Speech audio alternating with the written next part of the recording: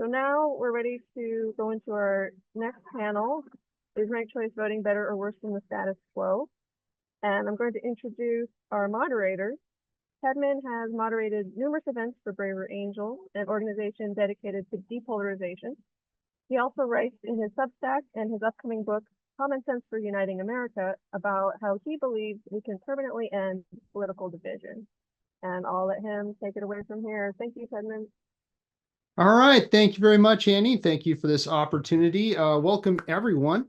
The question before us tonight for this distinguished panel is whether or not ranked choice voting is preferable to the status quo. Now, to be clear, the status quo is considered to be a first past the post election, choose one voting, where if no candidate receives 50% of the vote, a live runoff election is held between the top two vote getters.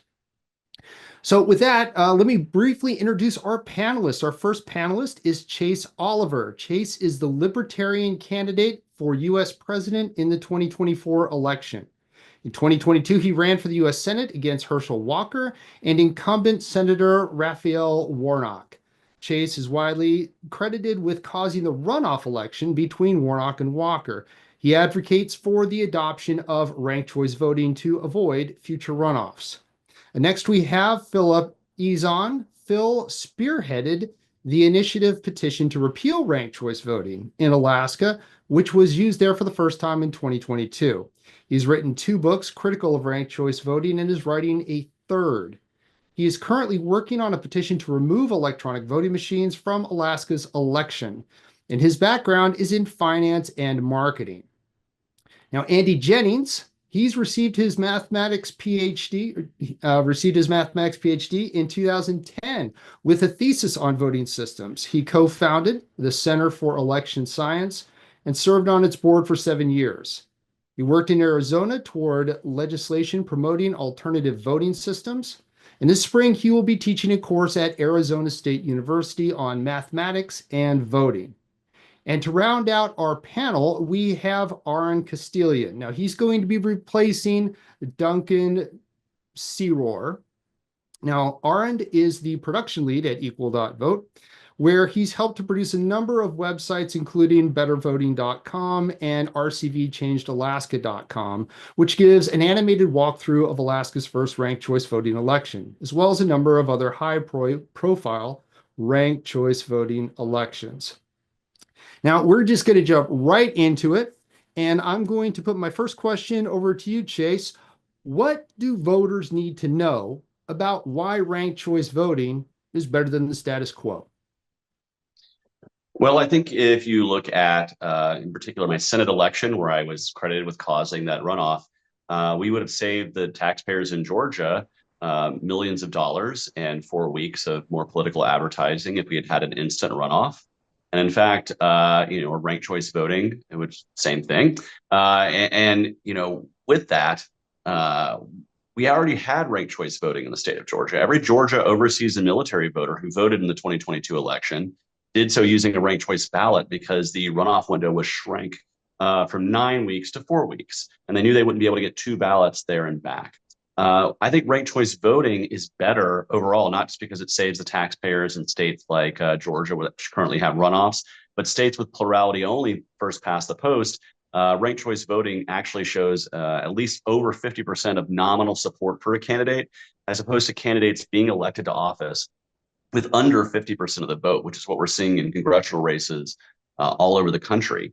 And it removes the so-called spoiler effect of third parties and independents. And so it takes away that level of fear for people to, it takes away that level of fear from the voter of saying, well, I can't pick the Libertarian or the Green or whoever because it will, lead to the worser of the 2 evils winning. And in addition to those advantages that I think ranked choice voting has, I also think it creates a more civil election where Democrats and Republicans will come to libertarians like myself and say, hey, listen, we know you're going to put the Libertarian as the first choice in your ballot. You're a Libertarian. But here's why you need to put the Republican as the second choice, or here's why you need to make the Democrat the second choice. And it allows for greater consensus. And that way, if the Democrat or Republican ends up winning, they are held to account for the promises they made to get those second choice votes. And ultimately, we can get a better representative body in our legislatures across the country and in our state houses and our governor's mansions. You can have somebody who's actually listening not just to their base constituents, but what they need to do to create the most consensus all around. And of course, I support ranked choice voting, but I support anything that's better than plurality voting, which is just about any other system that's out there. I see. All right. Several reasons that you have identified of why ranked choice voting is better than what the status quo is. I want to turn it over to you now, Phil. What do you think the voters need to know about why we should maintain the status quo over ranked choice voting? I think that, there's a lot of reasons, but first off is the money funding ranked choice voting is always where I like to start. I've had to deal with them. I beat them in Superior Court in Alaska and the Alaska Supreme Court. And since just in 1 week's time after I beat them in the Alaska Supreme Court, they raised $4.5 million to stop my repeal of ranked choice voting. And it's all coming from out of state of Alaska. And so far they've spent upwards of going to be close to $20 to $30 million total on trying to keep ranked choice voting, get ranked choice voting in Alaska. And all this money, 99% of it's come from out of state. And so first thing I like to say, is it better? Is it a better system? They like to name themselves Better Alaska, or, Alaskans for Better Elections, or Fair Vote, or is it better? Is it cheaper? Is it a cheaper system? No, it's not. In Alaska, from the election data, it was 328% more expensive than other elections. Any election from 2010 to 2020 in Alaska, and those were plurality elections that were used. Is it faster? No, it's not faster. We were the last state in the country for election results. So does it increase turnout? No. We had the lowest voter turnout in the entire history of our state and general election using ranked choice voting. Does it eliminate spoiler candidates? No. Sarah Palin was a spoiler candidate in the 2022 election. And this year we have an incarcerated criminal, somebody that's incarcerated in New York, on our general election ballot for U.S. House, who's a Democrat, which will most likely spoil the election for Mary Peltola. And so Mary will lose her election because there's 2 Democrats on the ballot in the general. Democrats know this. They sued in Superior Court and Supreme Court of Alaska to kick another Democrat off the ballot. So it's proving both sides have issues with the potential spoiler, and they admit that people could be potentially confused by the having 2 Democrats on the ballot. So, does it eliminate spoilers? So we said that, but does it help third parties? Well, I would say no. I'd say, there's very, very little evidence showing that ranked choice voting has helped third parties in any major elections, especially state House, state Senate, or U.S. Congress or U.S. Senate governor races in the country. And then does it produce an absolute majority? No, it does not. An absolute majority is an election term that has to do with 51% of the total votes cast. And so when you start exhausting ballots, you no longer have that. And so if you look at their San Francisco race, where the person claimed a majority after 19 rounds of ranked choice voting, when they actually, it would have been like 20% of the actual total votes. In Portland, they have way more choices. They have a lot of choices, and you only get to pick 6. So there's going to be a ton of exhausted ballots coming out of that Portland ranked choice voting race.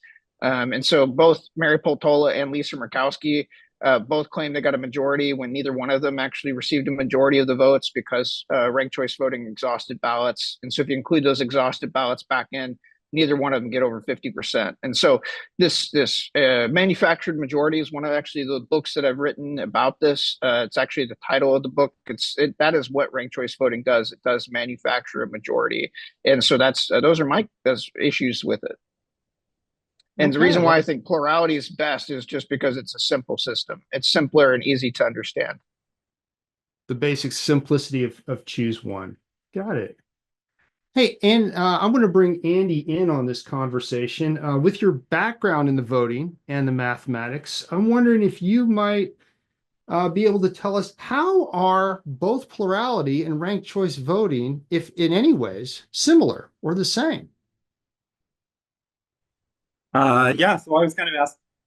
I was asked to join this panel as kind of maybe a middle voice, and it is a question that I've gone back and forth on whether instant runoff or ranked choice voting is actually a step forward or a step back. I mean, from my research, my mathematical research and other statistical research into voting systems, I mean, it's clear that it's clear, very clear that choose one voting is not giving us what the voters want. And the question is if ranked choice voting or instant runoff voting is a step forward. If it allows us it's clear that there are situations where it does make a better choice. It does split the gap. It does find a way to give us a better choice than choose one voting would. And the question about whether it's more expensive, whether it's less understandable, these things will be debated for a long time. What I want to see is even better systems, us get to even better systems in the future. So the question is the best way to do that, right? And if it has been noted that several of the jurisdictions that have tried ranked choice voting have rolled it back, repealed it, gone back to choose one voting. That was a pattern for a while, and it was seeming like it was killing the momentum of any voting reform in some of these jurisdictions. So is it a stepping stone that people can use to learn that there are other ways to vote and they can move forward to something even better that will give us actual choices and more representation for other voices and bigger debate and more substantive debate in these things? Or is it something that's one step forward that just turns people off and they just go back to choose one voting? So to me, that's the similarity is sometimes ranked choice voting just sends us back to plurality voting, and there's no appetite, there's no interest, there's no time, there's no patience, there's no attention at all for moving on to a better system or learning about other systems that are out there that are better. So they both, in that sense, end up at the same place.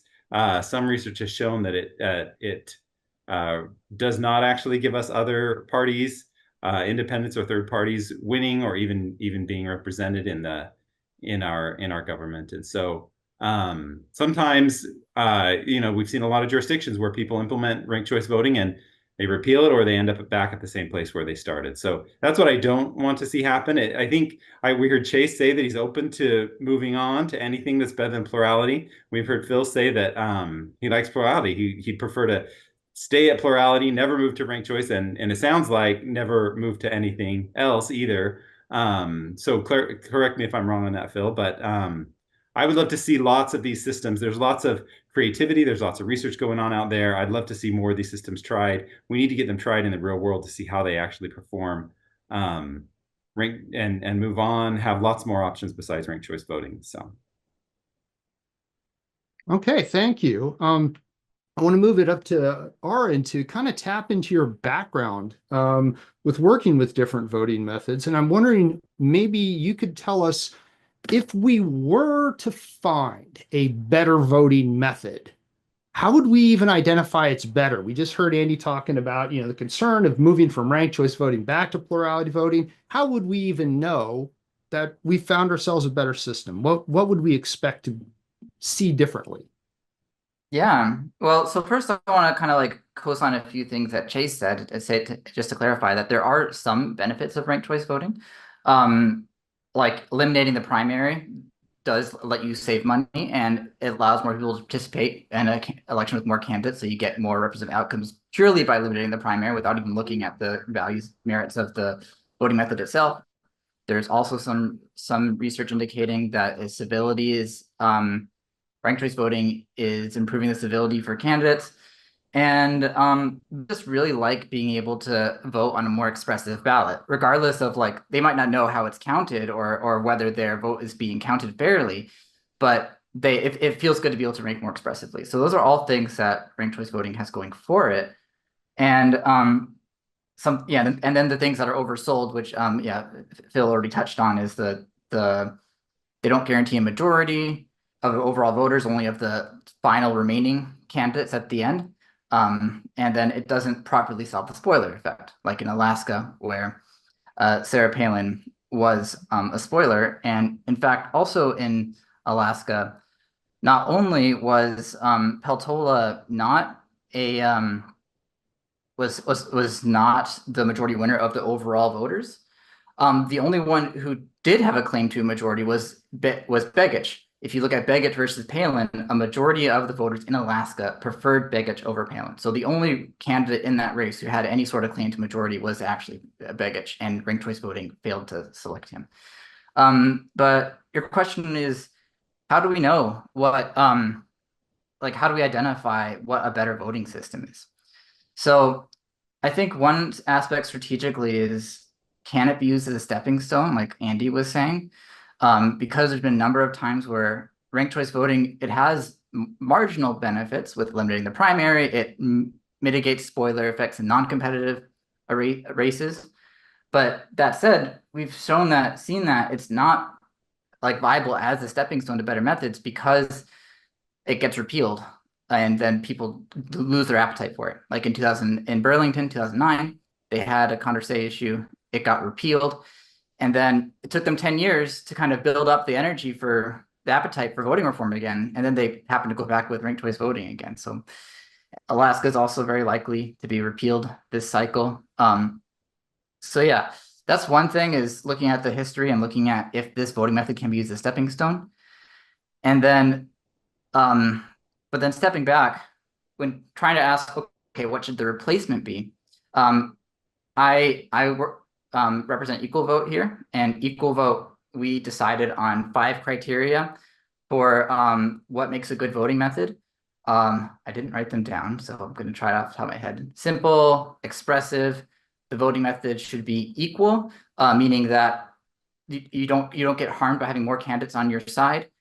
And I'll leave it at that for now. But yeah, we identified a series of criteria. Then we looked at each one and looked, like, really balanced the pros and cons.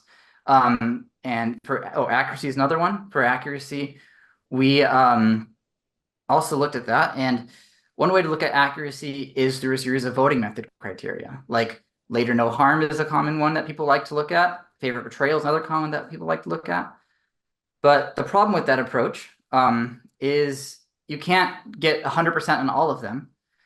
And the way it works with the pass-fail system is if it gets 98%, then that's automatically considered a failure. So it just fundamentally doesn't feel like it captures the benefits of the method if you're only looking at pass-fail criteria. So that's why we look at simulations and statistics. And you can go back to the first panel, or the first panel where Marcus was talking more about statistical simulations, and that's how we judge accuracy.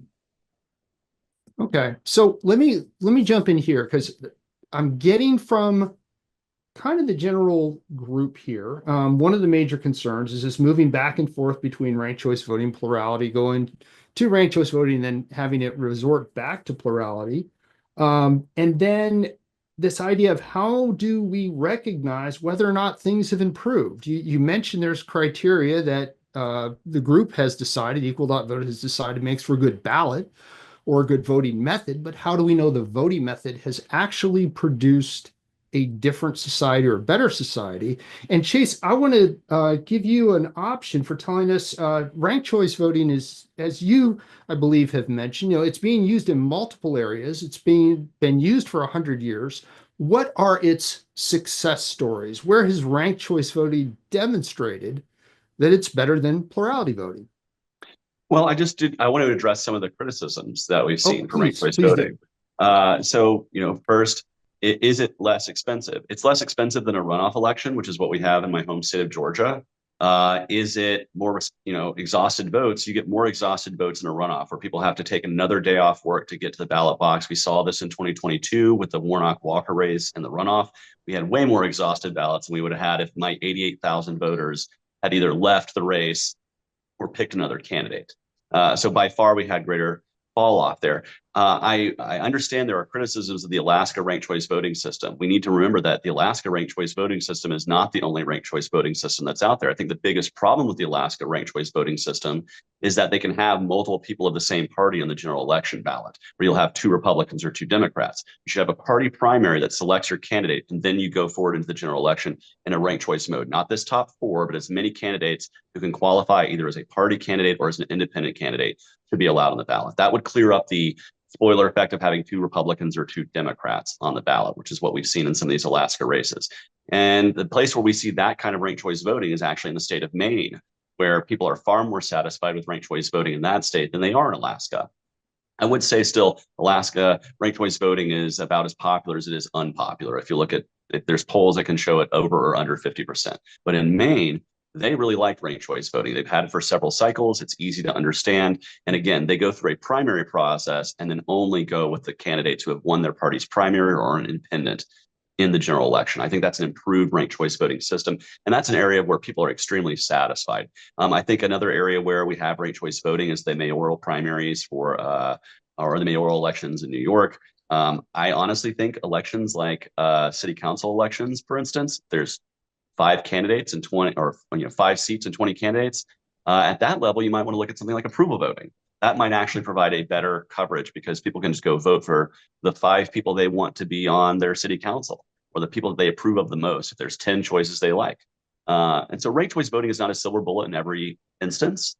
But I think when it comes to things like statewide elections, federal elections, ranked choice voting allows for more diversity of opinion. And one of the reasons why I do think I heard the detriment to third parties. Listen, third parties are not winning right now under plurality voting. It's not like all of a sudden under ranked choice voting, they're winning less, right? But what you get under a ranked choice voting model is actually other parties coming to those minor parties and asking them what they want for their second round vote. And so even if you're not winning the election as a minor party, you have outsized impact because let's say Republicans want to get those libertarian votes. They're going to come in and say, hey, we're going to defend your Second Amendment rights, or we're going to cut taxes here, or we're going to do this. If you're a Democrat that wants Green Party votes, you're going to say, hey, we're going to fight for the Green New Deal, or whatever it is that attracts Green Party people into the Democratic tent. And overall, you're going to get a better representation. You're actually going to having these third parties listen to, as opposed to us just fighting for airtime. And so we might not win as many elections. We're not winning as many elections now as third parties. But under ranked choice voting, I think you would have increased attention on those third parties. And as we're seeing in Maine, there's a reason why the Libertarian Party of Maine is quite supportive of ranked choice voting, even though they're not, winning elections left and right in Maine, but they're getting more respect and they're having more voters coming to the Libertarians and asking, what do we have to do for your second round vote? I think that's a good thing. Excellent. Phil, I want to bring this one back to you because we talked a bit about, what the problems are with ranked choice voting. With plurality voting in the status quo, in what way is it culpable or not culpable for the level of division that we currently have in the country, the standard first past the post? So let me just get your question correctly. You're saying that the first past the post essentially has created division in elections and causes, like people claim like ranked choice voting is potentially more civil option. Is that pretty much what you're saying? Yeah. Okay. Well, there's an MIT study showing that ranked choice voting isn't more civil. So that's one.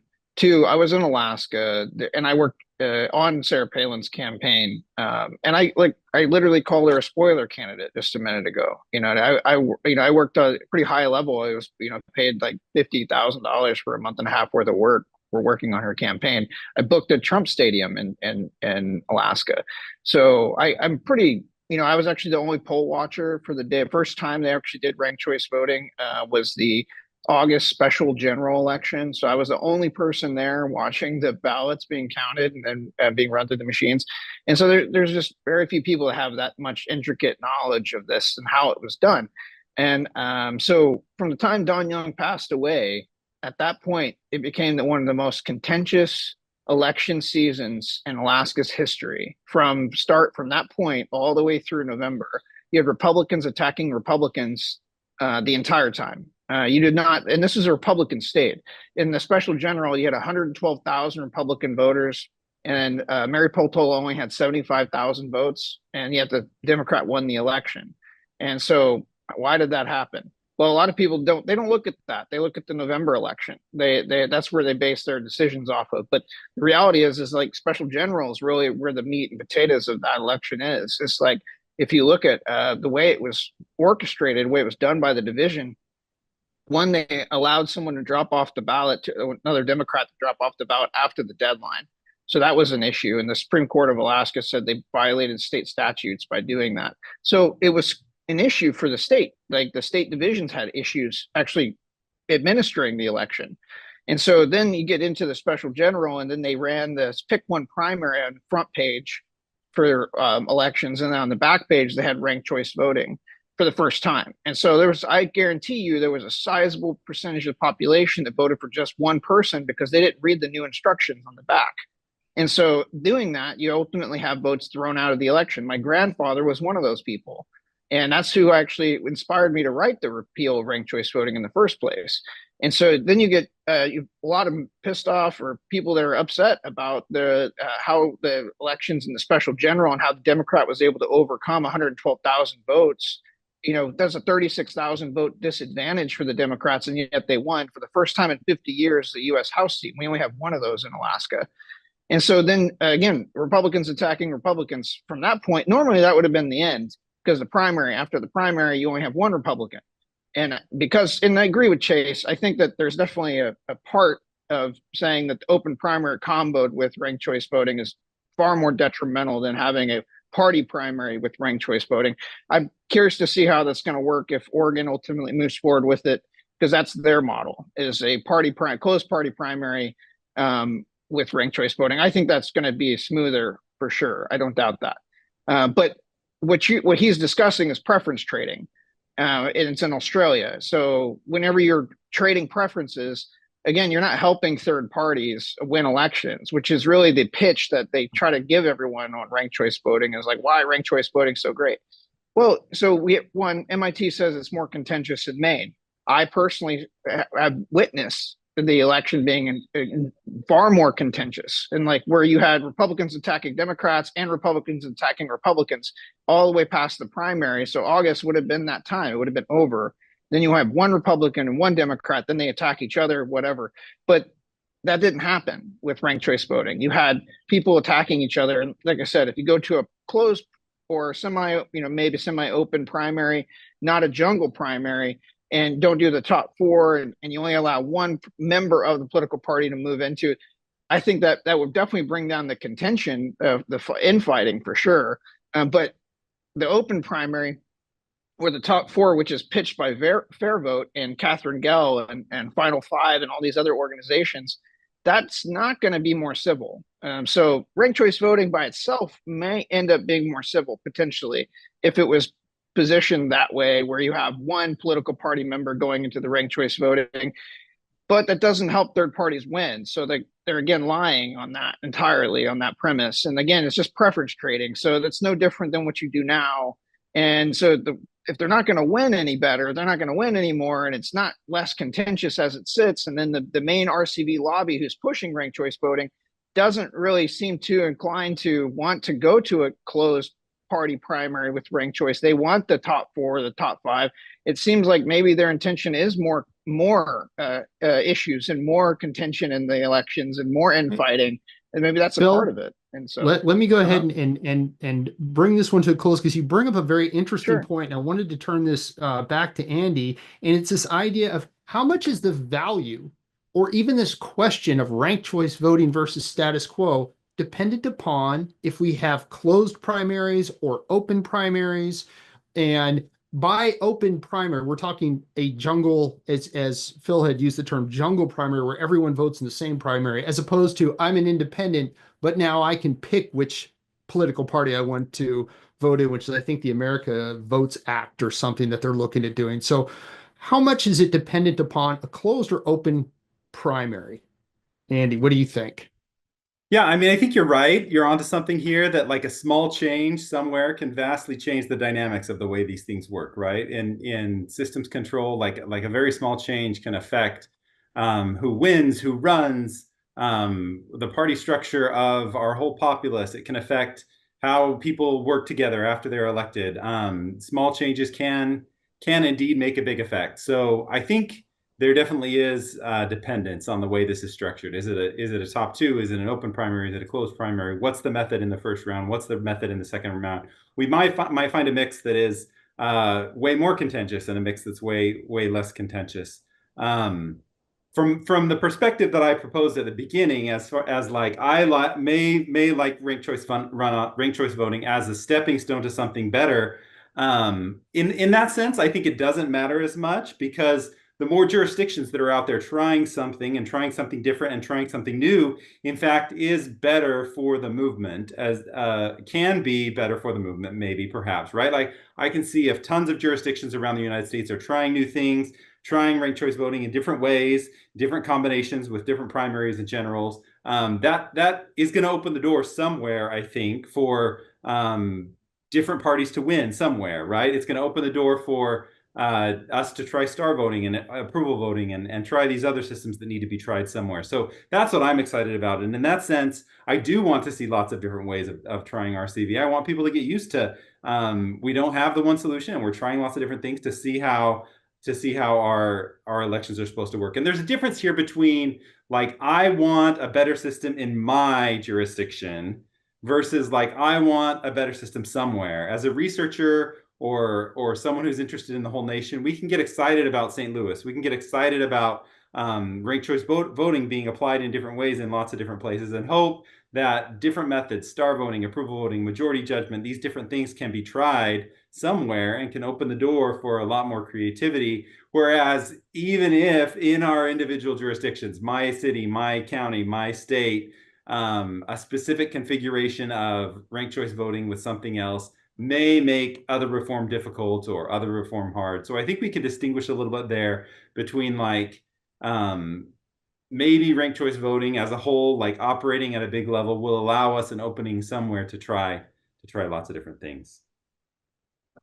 Oh, that's a very interesting approach to it. This idea that, okay, so if we do adopt a lot of ranked choice voting, maybe that opens the door to, like you said, star approval, majority judgment, vote 1, 2, 3, whatever.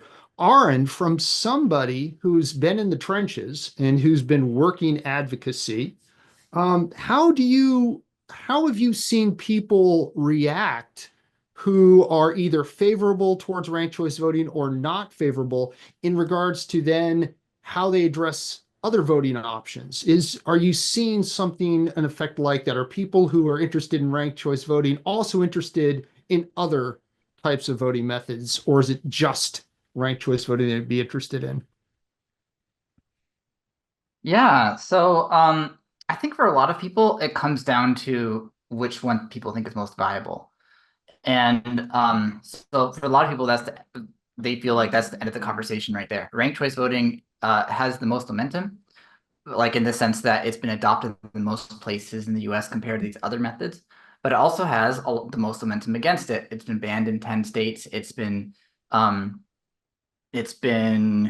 repealed in a number of areas. We've had a number of high-profile failures, both in terms of election results, like in Burlington and Alaska, but also in terms of some failures to audit an election, where there's some scenarios where human error caused a result to, like, cause some inaccuracies to be released, where they mistabulated the ranked choice voting election. And because it's harder to audit a ranked choice voting election, or they didn't have the right processes in place to audit it, caught. And you can look at Alameda County for that, or New York City even had the case where they released a bunch of test ballots. So can you remind me of the question again? I was going to tie it back into what you asked me. Well, it was just that people will tell you what, we're getting close to time. So as opposed to getting that one, I'm going to hit each one of you, and just within 30 seconds, what do people need to walk away from this discussion on about comparing ranked choice voting and the status quo? Aaron, you first. Yeah, I want to end with this idea that ranked choice voting helps third parties. So there's the spoiler effect has two sides to it. Number one, it can, like, it's bad for third parties in that people are afraid to vote for them, but it's also good for third parties because it gives them leverage over the primary parties, because that risk of spoiler effect can cause them to try to reach out to third parties. With ranked choice voting, there's that it's the risk for the major parties is gone because the votes will transfer and the spoiler effect is less likely. I'm not going to say gone, because if there's enough competitive candidates, it can still happen. But that leverage that third parties have over the main parties kind of goes away. And another way to think about how... So I need, just so we can get to everybody, but can we just walk away with that one as your final point, is the impact that it has on the third parties?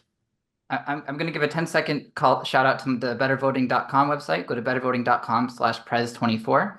And if you compare the results for each method and see which candidates win and how well the results display the support of those candidates, I think you'll find that some of the methods are definitely better than others. Okie doke. Phil, 30 seconds. What is the one thing people need to walk away in comparing these two voting methods? So, you know, per the ranked choice voting lobby, they attack star voting, by the way. I just want to point out. So, like, I want to make sure people in the comments, it's not, I'm not the bad guy. That, like, look at the RCV lobby. You know, the people that are pushing ranked choice voting are definitely not your friends. So 30% of the people, like they even claim this too, is 30% of people only select one candidate. So that avoids, that completely takes away from Chase Oliver's point on voting for multiple people. You're going to have exhaustive ballots and people get elected that, you know, you don't plan to get elected.